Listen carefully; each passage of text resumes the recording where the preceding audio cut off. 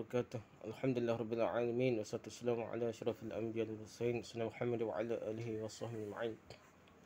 Rabbi shrah li sadri wa yassir li amri wahlul 'uqdatam min lisani yafqahu qawli. Amma ba'du. Kita sama balik kitab kita ni, syarah kitab tauhid jilid kedua. Hari ini kita nak bincang bab ke-35, bab riya'. Ma ja'a fir riya'. Apa yang datang tentang riya' lah. Oleh Dr. Firanda Andirja. Syarah. Riya' berasal dari kata ra'a yurani mura'atan riya'un riya'an. Ra'ana. Jadi artinya memperlihatkan. Apa yang diperlihatkan? Memperlihatkan. Iaitu memperlihatkan amal soleh kepada orang lain agar mendapat pujian atau pengakuan mereka. Tak puji pun mereka nampak mengaku.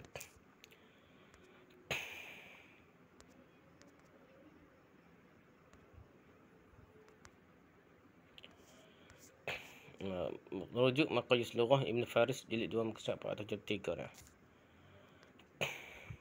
Hukum-hukum yang berkaitan dengan riya'. Hukum riya'. Riya' hukumnya dosa besar. Riya' disebut sebagai dosa besar ditinjau dari dua sisi. Pertama, Nabi SAW menyebutkan riya' ni, perlihatkannya dengan syirik. Kita tahu bahawa syirik merupakan dosa yang besar. Baik dia syirik kecil atau syirik besar. Walaupun sebut syirik kecil, dosa besar ni.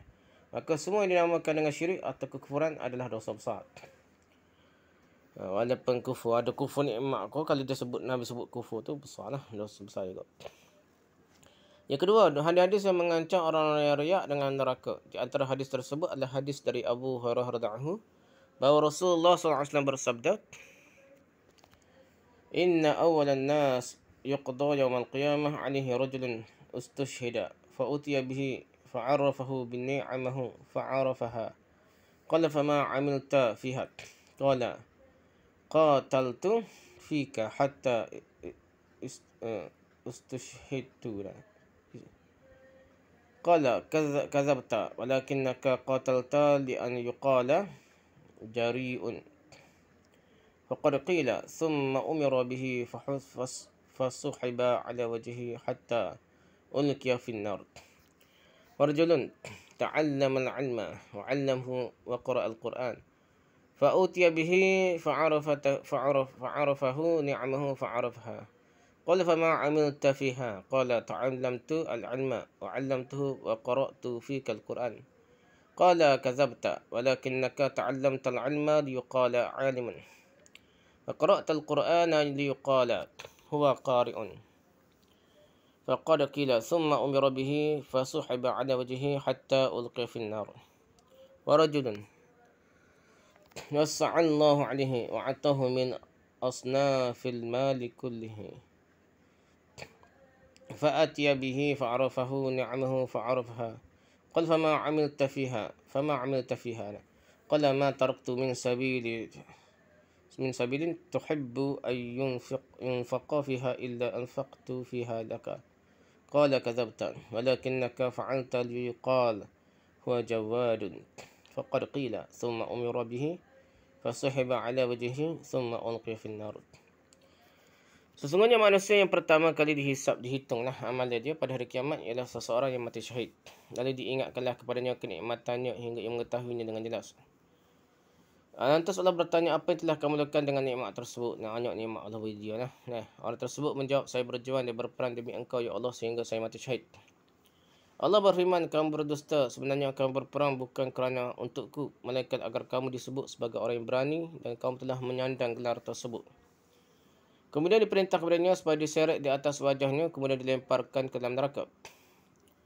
Dan didatangkan kepada seorang alim yang belajar Al-Quran dan mengajarkan Al-Quran. Lalu diingat kepadanya kenikmatan hingga ia mengingatinya dengan jelas. Maka Allah bertanya, apa yang telah kamu perbuat dengan nikmat tersebut?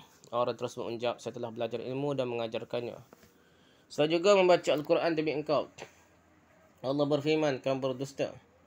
Akan tetapi kamu belajar ilmu dan mengajarkannya serta membaca Al-Quran agar dikatakan seorang yang mahir dalam membaca. Dan kamu telah dikatakan seperti itu. Kemudian diperintahkan padanya supaya dia diseret di atas wajahnya sampai dilemparkan ke dalam neraka.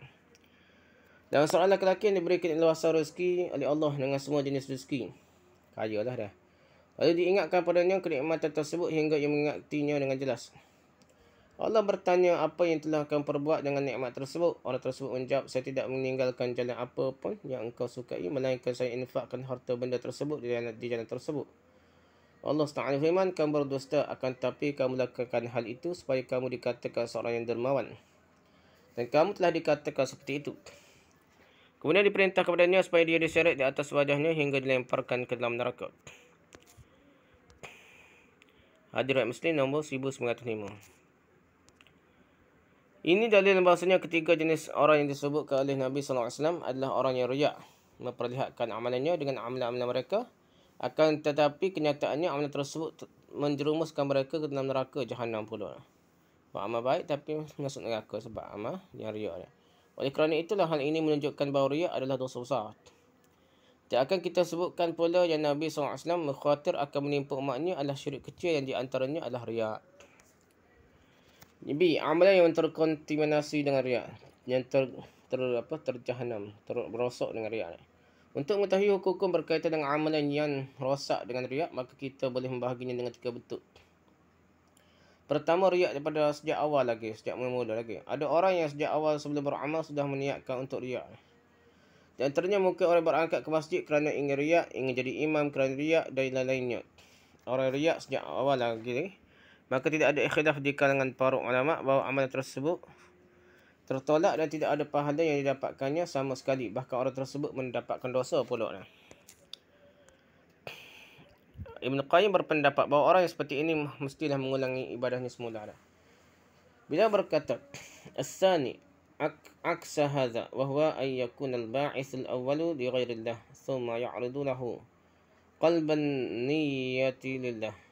Fahadha la yuhtasabu lahu bima madha min al-amal.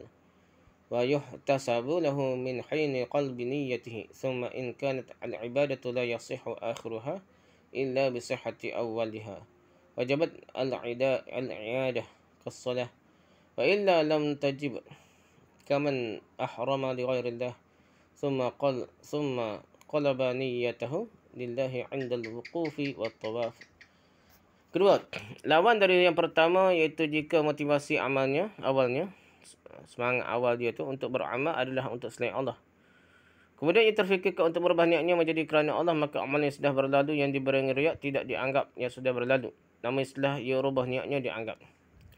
Kemudian jika amal itu tidak boleh sah kecuali awalnya juga semesti sah, maka wajib baginya untuk mengulangi ibadah tersebut daripada awal. Seperti solat, kalau tidak mungkin solat subuh itu boleh dikatakan sah jika rakaat pertama tidak sah. Namun jika tidak termasuk bahagian itu, maka tidak wajib mengulanginya semula. Seperti orang berihram kerana selain Allah Azza wa Jalla. Kemudian ia merubah niatnya untuk Allah Azza wa Jalla ketika wukuf dan tawaf. Maksud tak perlu lah. Ilm al-Muwaqqi'in, Ibn Qayyim jilid 3 muka 4-3. Oleh kerana itu, bahagian yang paling menyedihkan dari orang riak sejak awal adalah mereka tidak hanya sekadar tidak mendapatkan pahala, akan tetapi lebih dari itu, seseorang yang riak sejak awal-awal lagi juga mendapatkan dosa dari riak tersebut. Andai kata riak memperlihatkan amal ini hanya sekadar tidak mendatangkan pahala, maka akan lebih mudah urusannya. Akan tetapi kenyataannya riak juga mendatangkan dosa. Ibn Qayyim membahagikan riak yang datang di awal amalan menjadi 2. Jika ibadah itu adalah amalan yang akhirnya dibangun di atas yang awalnya dan tidak mungkin boleh dikatakan sah kecuali jika awalnya dan akhirnya sah, maka batallah semua amalannya. Contohnya orang yang salat subuh kerana riak, dan di rakaat kedua ia sedar dan berubah niatnya, maka salat subuhnya tidak sah sama sekali. Kerana tidak mungkin boleh dipisahkan antara rakaat pertamanya dan rakaat keduanya. Dan begitu juga sebaliknya. Jika amal itu tidak termasuk ibadah yang akhirnya dibangun di atas yang awalnya, dan yang belakangan boleh dikatakan sah meskipun yang awalnya batal, maka yang batal adalah yang dihinggapi riak saja. Yang tidak dihinggapi oleh riak ni dianggap sah. I'lam al-Muwaqqi'in, Ibn Qayyim jilid 3 muka 4-3. Yang kedua, riak yang muncul di tengah-tengah beramal. Rujuk Al-Qawl Mufid Ibn Utsaimin jilid 1 muka 1-11.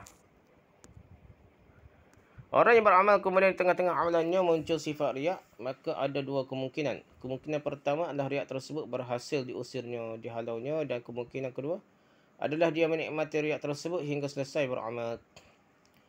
Sebab contoh, ada orang berhaji yang awalnya ikhlas, akan tapi kemudian di pertengahan ibadah haji dia pun riak nak tunjuk kepada orang dah, memperlihat kepada orang. Maka ketika dia sedar akan hal itu dan dia memilih untuk mengusir riak tersebut, berhasil atau tidak dia dalam mengusir riak tersebut, maka dia tetap mendapatkan pahala kerana dia telah berusaha. Bukankah Allah SWT berfirman, La yukallifullahu nafsan illa wus'aha. Allah tidak membebani seseorang melainkan dengan kesanggupannya. Surah Al-Baqarah ayat 286. Akan tapi yang menjadi masalah adalah ketika riak di tengah-tengah amalan itu dia biarkan terus ada hinggalah selesai ibadah yang dia lakukan. Ibn Rajab Al-Hambali menyebutkan bahawa ada dua pendapat mengenai hukum orang yang seperti ini.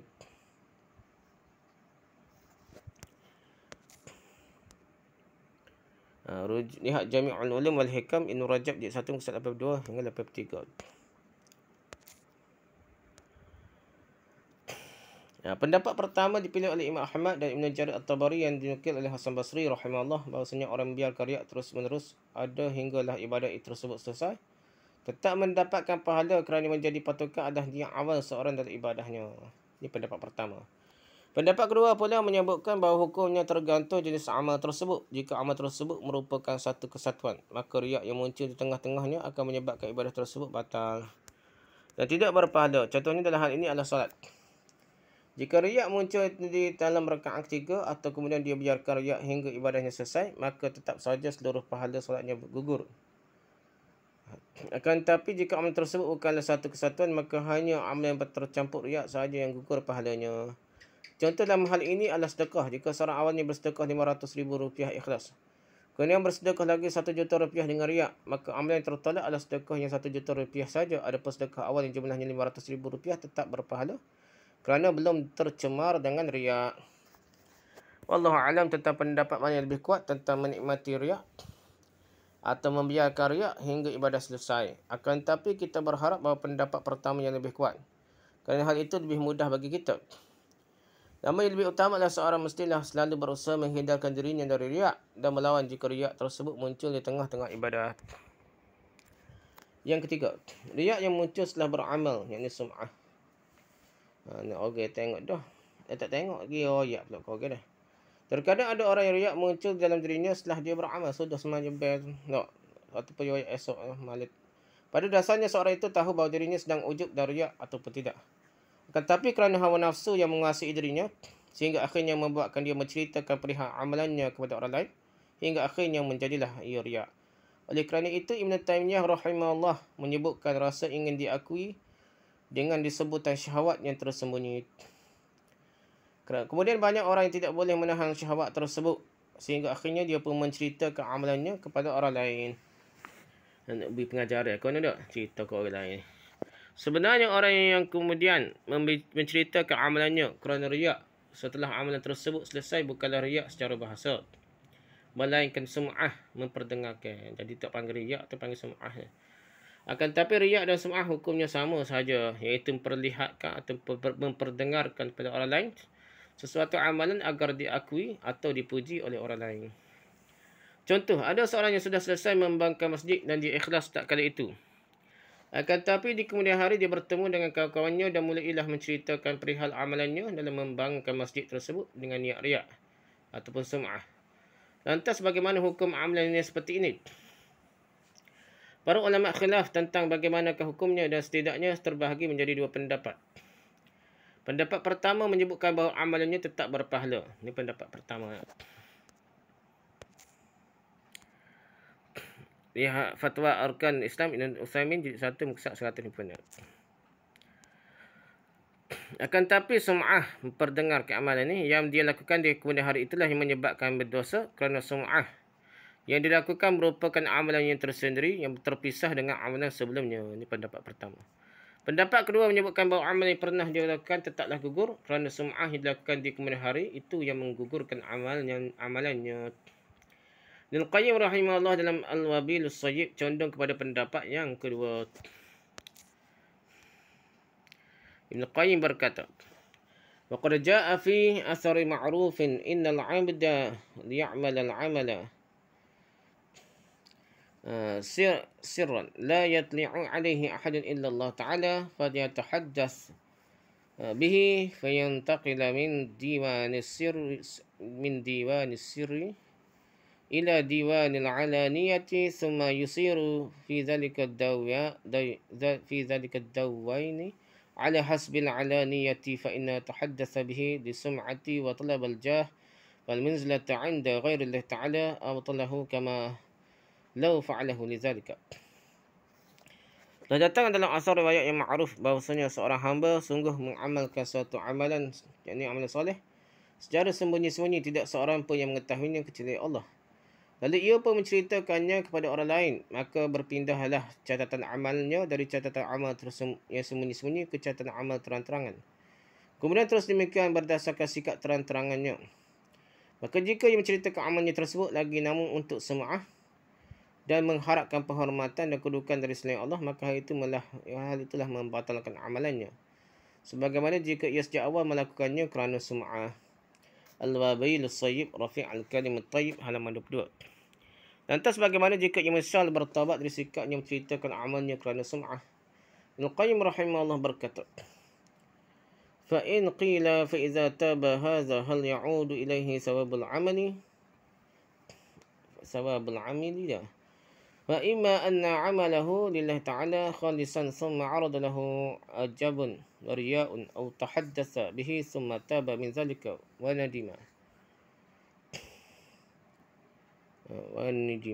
فهذا قد يعود له ثواب عمله ولا يحبط وقد يقال إنه لا يعود إليه بل يستأنف العمل. Jika dikatakan seandainya orang itu bertaubat, apakah pahalanya akan kembali?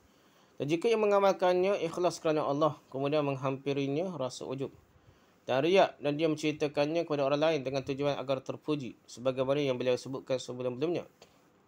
Kemudian ia bertaubat dan menyesal, maka orang ini semoga saja pahala dari amalannya sebelumnya itu boleh kembali semula dan tidak dihanguskan. Dan memungkinkan untuk dikatakan pahalanya tidak boleh kembali kepadanya dan ia harus mengulangi amalannya semula. Rujuk Al-Wabilus Sayyib Ibnu Qayyim jilid 22.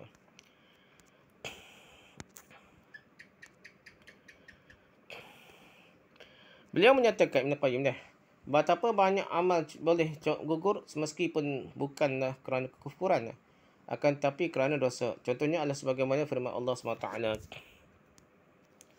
Ya ayyuhallazina amanu la tubtilu sadaqatikum bil manni wal adha kalladzi yunfiqu malahu ri'a an-nas wa la yu'minu billahi wal yawmil akhir famathaluhu kamathali safanin 'alayhi turabun fa asabahu wabilun fatarakahu salda la yaqdiruna 'ala shay'in mimma kasabu wallahu la yahdil qaumal kafirin.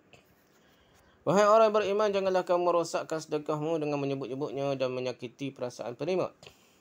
Seperti orang yang menginfakkan hartanya kerana riak, untuk mempertunjukkan pada amalnya kepada manusia yang lain, dan dia tidak beriman kepada Allah dan hari akhirat. Perumpamaannya orang itu seperti batu yang licin yang di atasnya ada debu. Kemudian batu itu ditimpakan hujan lebat, maka tinggallah batu itu licin lagi.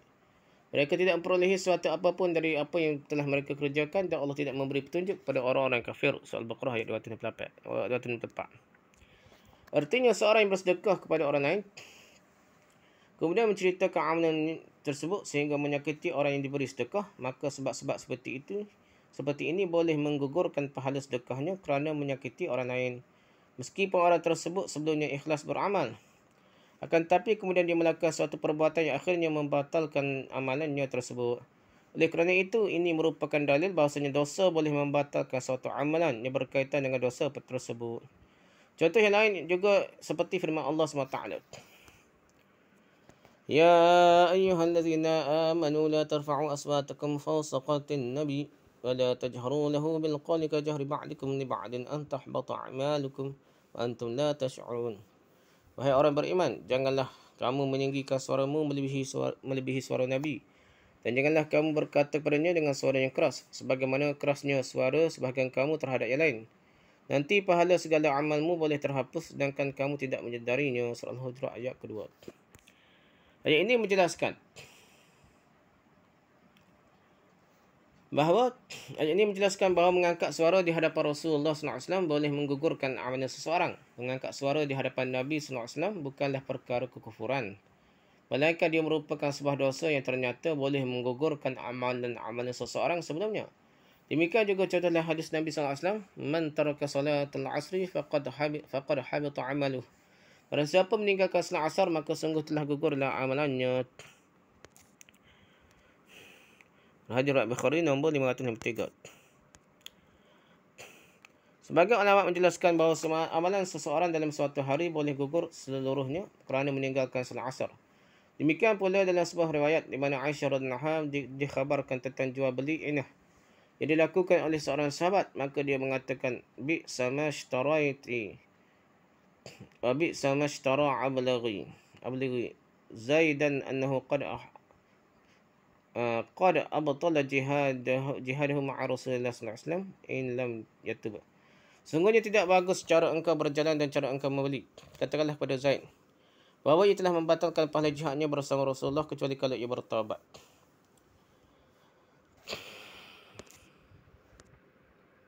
Yazid bin Arqam, hadis Al-Bahaqi dalam Sunan Al-Kubra Al-Bahaqi. Dengan dalil ini Ibn Qayyim rahimahullah mengatakan bahawa ada dosa-dosa yang boleh menggugurkan amal seseorang sebelumnya. Oleh kerana itulah Ibn Qayyim condong berpendapat bahawa jika seorang telah beramal soleh dan ikhlas, lalu ia kemudian hari dia riak mempertunjukkan amalnya atau sum'ah memperdengarkan amalannya, maka amalan yang sebelumnya menjadi bermasalah. Adapun penulis lebih condong kepada pendapat kedua, iaitu bahasanya amalan yang ikhlas itu tetap berpahala. Adapun riak atau sum'ah yang muncul di kemudian hari itu merupakan dosa yang tersendiri yang tidak menggugurkan amalan sebelumnya. Wallahu a'lam. Kesimpulan. Hukum amalan yang tercemar dengan riak. Pertama, riak saja awal, ijma' ulama, amalnya tertolak, tidak mendapatkan pahala sama sekali, melainkan mendapatkan dosa sahaja. Riak yang keduanya, riak jenis riak yang muncul di tengah saat beramal, berusaha mengusir riak, berhasil atau tidak, tetap mendapatkan pahala atas usahanya. Yang kedua, menikmati riak hingga selesai khilaf, tetap mendapatkan pahala. Pendapat yang kedua tergantung jenis amalan. Jika amalan merupakan satu ibadah kesatuan, maka pahalanya gugur. Jika amalan bukan merupakan satu kesatuan, maka yang mendapat pahala adalah yang amal yang tidak tercampur dengan riak. Yang jenis ketiga riak yang muncul setelah selesai beramal dipanggil sum'ah. Khilaf di kalangan ulama, ada kata amal pahalanya selamat namun sum'ahnya yang menghasilkan dosa. Pendapat kedua, amal dan pahalanya gugur disebabkan sum'ah dosa. Hukum bertaubat dari riak. Berkaitan hukum orang yang bertaubat dari riak, maka yang menjadi pertanyaannya adalah apakah pahala amalnya boleh kembali. Para ulama khilaf akan hal ini. Pendapat pertama menyebutkan bahawa seorang yang bertaubat dari riak tidak akan mendapatkan kembali pahalanya, kerana pada asalnya dia tidak memiliki amal soleh, melainkan yang dia lakukan adalah riak yang merupakan syirik. Adapun jika dia bertaubat dari riak tersebut, maka yang hilang hanyalah dosanya. Pendapat yang kedua, Ibn Qayyim berkata, فإن قيل فإذا تاب هذا هل يعود إليه ثواب العمل؟ قيل إن كان قد عمله لغير الله تعالى وأوقعه بهذه النية فإنه لا ينقلب صالحا بالتوبة، بل حسب التوبة أن تمحو عنه عقابه ويصير له ولا عليه. فإما أن عمله لله تعالى خالصا ثم عرض له عجب ورياء أو تحدث به ثم تاب من ذلك وندم، فهذا قد يعود له ثواب عمله ولا يحبط، فقد يقال إنه لا يعود إليه بل يستأنف العمل. Jika dikatakan seandainya orang itu bertaubat, apakah pahalanya akan kembali? Maka dikatakan, jika ia mengerjakan amal tersebut untuk selain Allah dan ia melakukannya dengan niat tersebut, maka amal yang riak tersebut tidak akan berubah menjadi amal soleh kerana taubatnya. Akan tapi cukuplah taubatnya menghapuskan dosa hukuman darinya, maka jadilah amalnya tersebut tidak menguntungkannya dan tidak juga merugikannya. Al-Wabil As-Sayyib, Ibn Qayyim di muka surat 22. Namun meskipun demikian, Ibn Qayyim berpendapat jika seorang taubatnya benar-benar bertaubat, maka yang mana taubatnya berdampak memberi kesan ia melakukan kebaikan yang sangat banyak, maka dosa-dosa sebelumnya, riak, sum'ah dan ujub akan sirna dan seakan-akan tidak pernah ada sebelumnya. Dengan demikian, maka amal solehnya yang tercampur riak tersebut kembali berpahala. Lihat penjelasan beliau di Wabil Sayyib, halaman 23 hingga 35. Pendapat kedua menyebutkan bahawa seorang boleh mendapatkan kembali pahala amalannya, dan ia adalah pendapat Ibn Taymiyah. Lihat Majmu' Fatwa Ibn Taymiyah, juzuk 22, muka 1. Ibn Taymiyah juga berkata, li'anna at-ta'iba min az-zambi kaman lam zamba lahu, wa iza zala az-zanbu zalat 'uqubatuhu wa mawjibatuhu wa hubutul 'amali min mawjibatihi. Kerana orang bertaubat dari dosa seperti orang tidak berdosa, dan jika telah berhilang dosa maka hilang pula hukumannya dan konsekuensi ataupun akibat dosa, dan gugurnya amal termasuk dari kesan-kesan dosa dah. Syarah al-Umdah min awal kitab salah ila akhir bab adabil masyi ila salah, halaman 39, tahqiq Khalid Musyaiqi. Kerana dalil menunjukkan akan hal tersebut, iaitu hadis dari Hakim bin Hizam radhiyallahu ketika dia bertanya pada Nabi sallallahu alaihi wasallam tentang amalan yang dia lakukan ketika masih kafir. Hakim bin Hizam berkata, "Ay Rasulullah, ara'aita umuran kan kuntu atahaddatsu biha fil jahiliyah min sadaqatin aw ataqatin aw silatur rahimin afa biha ajrun?" Faqala Rasulullah sallallahu alaihi wasallam, "Aslamta ala ma aslafta min khairin." Rasulullah, apa pendapatmu tentang beberapa perkara berupa sedekah atau pembebasan budak atau silaturahim yang pernah aku lakukan semasa zaman jahiliyah dahulu? Apakah aku mendapatkan pahala padanya? Rasulullah SAW bersabda, menjawab, kamu masuk Islam dengan kebaikan yang kamu lakukan di masa dahulu. Maksudnya itu kerana kebaikan amalan dia. Hadis riwayat Muslim nombor 123. Seandainya di zaman jahiliyah seorang berzina, membunuh dan melakukan maksiat lainnya, dan sisi lain dia berbakti kepada orang tuanya dan berbuat baik kepada tetangganya, maka ketika dia berhijrah atau masuk Islam, dosa-dosa dari maksiatnya terampuni dan kebaikannya tetap dinilai sebagai pahala. Kalau Hakim bin Hizam saja masih mendapatkan kembali amal kebaikannya setelah masuk Islam, bertaubat, meskipun dilakukan dalam keadaan berbuat syirik besar, maka tentu syirik riak yang merupakan syirik kecil boleh saja mendapatkan kembali pahalanya jika dia bertaubat. Wallahu a'lam bissawab. Tentang pendapat mana yang lebih kuat, intinya seorang harus berhati-hati agar jangan sampai terjatuh dalam riak. Jika sekiranya seorang terjatuh dalam riak, maka dia tetap harus bertaubat pada Allah SWT. Lepas inilah kita baca perkara yang dikira riak, akan tapi bukanlah riak sebenarnya. Lepas ini kita baca. Wallahu a'lam. Subhanakallahumma wa bihamdika, subhanakallahumma wa bihamdika, asyhadu an la ilaha illa anta, astaghfiruka wa atubu ilaik. Assalamualaikum warahmatullahi wabarakatuh.